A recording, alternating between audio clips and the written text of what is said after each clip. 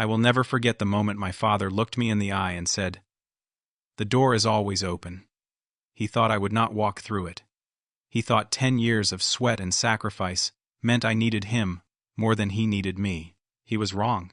3 days after I left, the family construction company started crumbling. 2 weeks later, it was beyond saving. And the whole time I watched from a distance, feeling something I had not felt in years. Peace.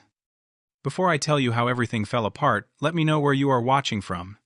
Hit that like button and subscribe, because what happened next proved that sometimes the best revenge is simply walking away and letting the truth speak for honest itself.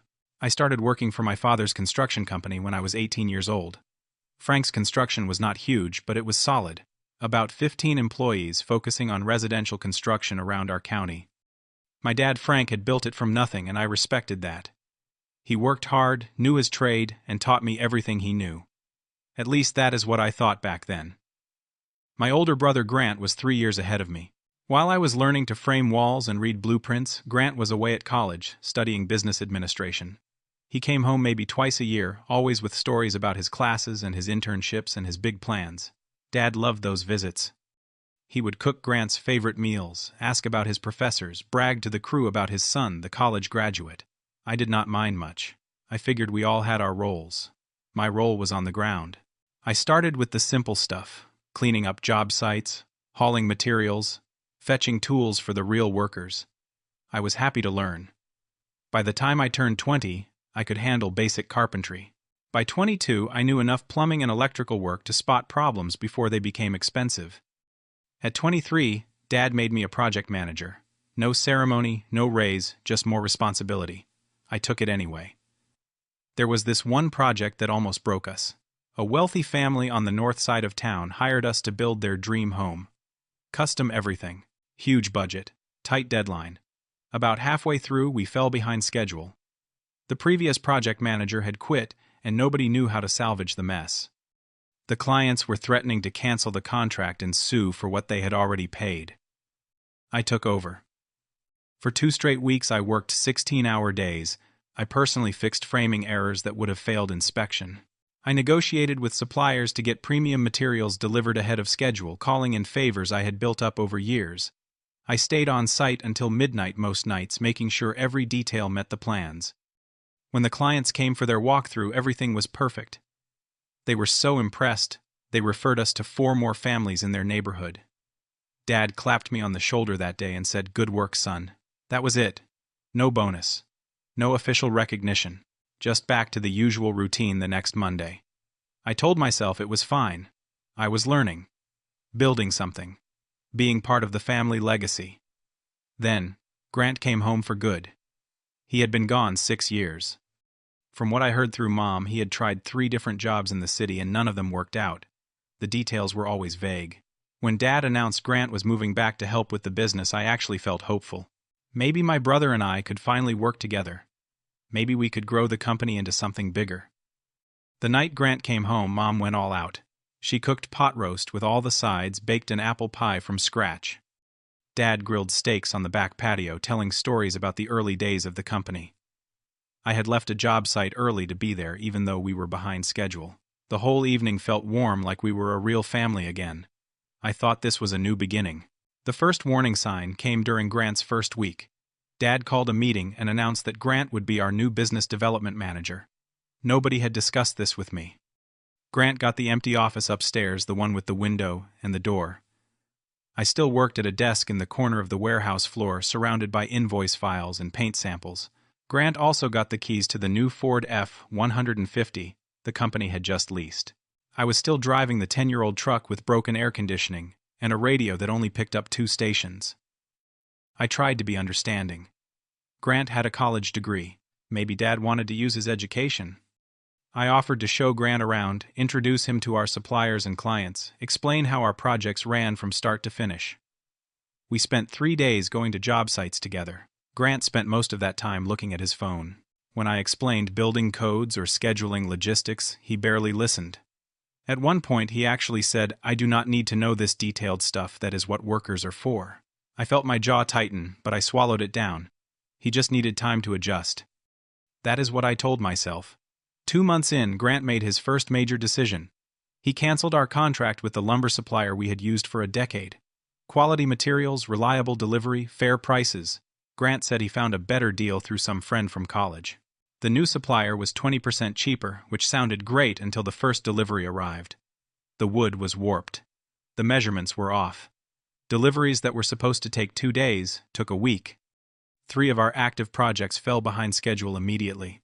I went to Dad's office with photographs of the substandard materials, printed emails showing the delayed shipments, and a cost analysis proving we would lose more money fixing problems than we saved on the cheaper wood. Dad listened, nodded, then said, "Give your brother a chance, Roderick. He is trying to save us money." I said, "Dad, this is going to cost us clients." He said, "You are just jealous because Grant has fresh ideas." That stung more than I expected. I left his office and used my own credit card to order emergency materials from our old supplier just to keep the projects moving. I never got reimbursed. Things got worse. Grant started showing up at 10 in the morning when the rest of us had been working since 7. He left by 3 most afternoons, claiming he had meetings with potential clients. I found out from one of the guys that Grant spent those afternoons at the golf course. Meanwhile, I was pulling 12-hour days covering his responsibilities on top of my own. Then came the Harrison project. Mr. Harrison was one of our best clients, a retired doctor building a custom home for his retirement. Grant decided to make changes to the approved blueprint without consulting me or our lead carpenter. He moved a load-bearing wall 6 inches to open up the space. The problem was his change violated building codes and created a structural risk. Mr. Harrison's inspector caught it immediately. I got the call at 11 at night.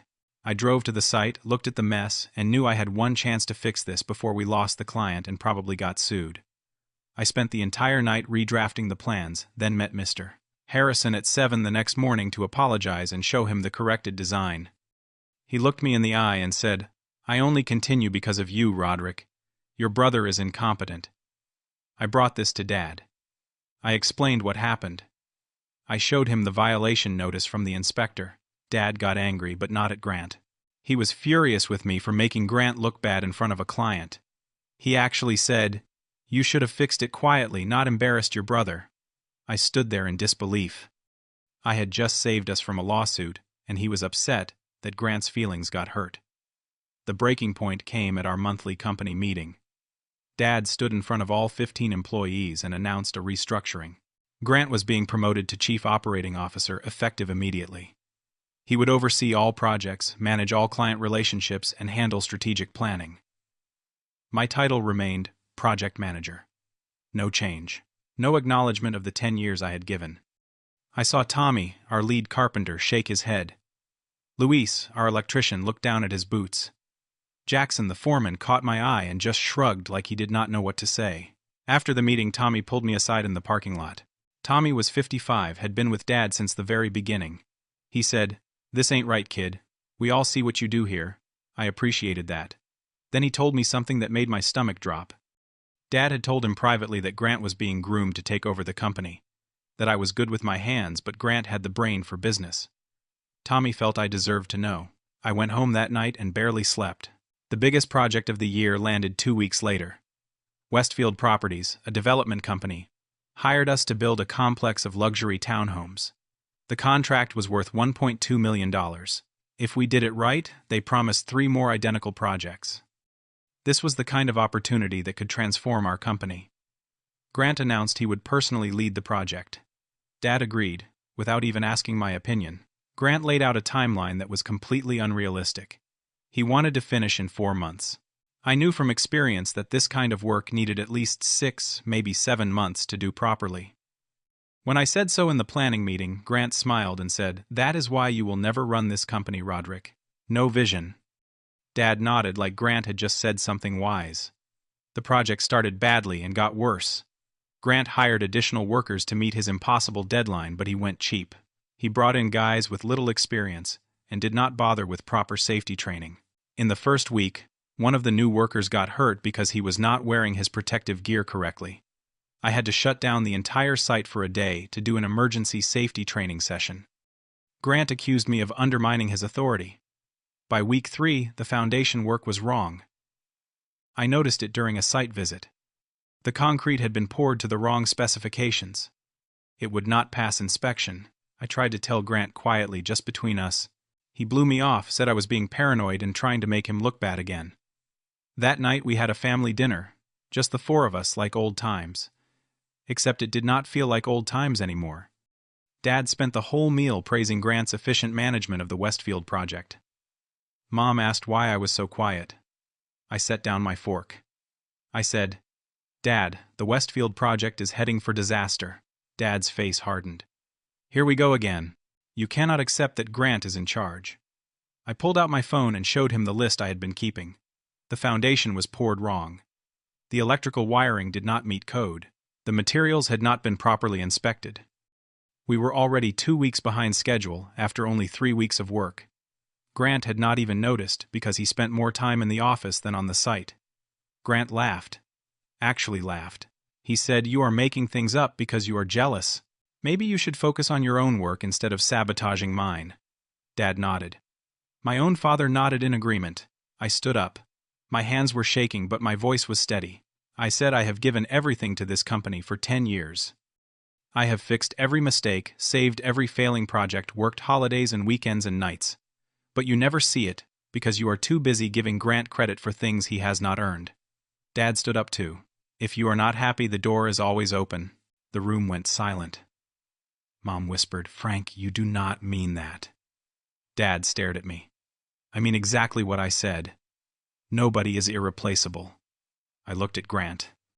He was smiling this smug little smile that told me everything I needed to know. Then I looked back at Dad. "You are right," I said. "The door is always open." I walked out. Mom called after me, but I kept walking. I drove home, sat in my truck in the driveway for an hour, and made my decision. The next morning I got to the office at 6. I wrote a professional resignation email. Short and clean. No drama. I sent it to Dad, Grant, and our bookkeeper, who handled HR. Then I packed my toolbox, my blueprints, and the few personal items from my desk. Tommy showed up around 7. "You are really leaving?" I nodded. Luis came in next. "We cannot do this without you, man." Jackson just put his hand on my shoulder. They all knew why I was going. They had seen it coming. Dad arrived at 8. He walked right past me to his office. 10 minutes later, he came back out. "So you are really going through with this drama," I said. "It is not drama, Dad. It is called self-respect. You will be back in a week when you realize nobody else will hire you." I picked up my last box. "Goodbye, Dad," he called after me. "Do not expect your job back when you come crawling." I did not respond. I walked out to my truck, loaded everything in the bed, and drove away. In my rearview mirror, I saw Dad standing in the parking lot watching me go. I did not look back again. The first few days were strange. I slept late. I cleaned my apartment. I updated my resume. I felt lighter than I had in months, but there was also this hollow ache in my chest. 10 years. Gone. On day 4, Tommy texted me. "Things are falling apart fast." I did not reply. It was not my problem anymore. On day 5, Luis called. The inspector failed the foundation work on Westfield. Grant is panicking. He does not know how to fix it. Your dad is asking if we have your number. I said, "I am sorry, Luis. That is not my problem anymore." Luis was quiet for a moment. "Yeah, I get it. Just thought you should know." "Cannot you just come back and help? Just until they get through this project," I said, "Mom. Dad told me I was replaceable. He chose Grant over me again and again. Let Grant handle it. You know your brother cannot." "Exactly. And Dad knew that too." She sighed. "I am worried about your father, Roderick. I am worried about me, Mom. For the first time in 10 years, I am putting myself first." She did not call again. By the end of week 2, Tommy asked to meet me for coffee. He looked exhausted. He told me everything. Westfield Properties had terminated the contract. Not only that, but they were suing for $200,000 in penalties and delays. 3 of our best workers had quit. They said they did not sign up to work for someone who had no idea what he was doing. 2 other projects were failing because there was nobody to manage them properly, Tommy said. Your dad finally realized what he did. He called Grant into his office. They had a screaming match. Half the building heard it. What happened? Grant walked out. Said construction was beneath him anyway. He is moving back to the city. I felt nothing. Just a strange emptiness. On day 16, I got an email from Dad. Subject line, "We need to talk." The message was brief. A half-hearted apology. A request for me to come back and save the company. He promised me a raise, a promotion, whatever I wanted. I read it twice. Then I deleted it. 3 days later, Dad showed up at my apartment. I heard the knock and knew it was him before I even looked through the peephole. When I opened the door, I barely recognized him. He looked older. Tired. His shoulders were slumped in a way I had never seen. "I made a mistake," he said. "I should have listened to you. The company needs you. I need you." I leaned against the doorframe. "You did not need me 2 weeks ago. I was wrong. About Grant. About everything." "What about Grant? He is gone. Moved back to the city yesterday. Told me construction is for people without ambition." Dad looked down. "I lost the Westfield contract. I am losing other clients. Good people are leaving. I cannot do this without you." "Dad," I said, "I appreciate the apology, but I am not coming back." His head snapped up. "What? Why?" "Because for 10 years I gave you everything, and you never saw my worth until it was gone. You chose Grant over me again and again, even when you knew he was wrong. Even when I proved myself over and over. I deserve better than being your backup plan. I will make you a partner. 50% ownership. Full control. Whatever you want. It is not about control or money anymore, Dad. It is about respect.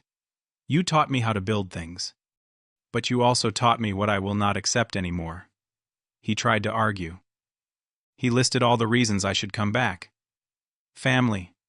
Legacy. Opportunity. I listened quietly. When he finished, I just shook my head.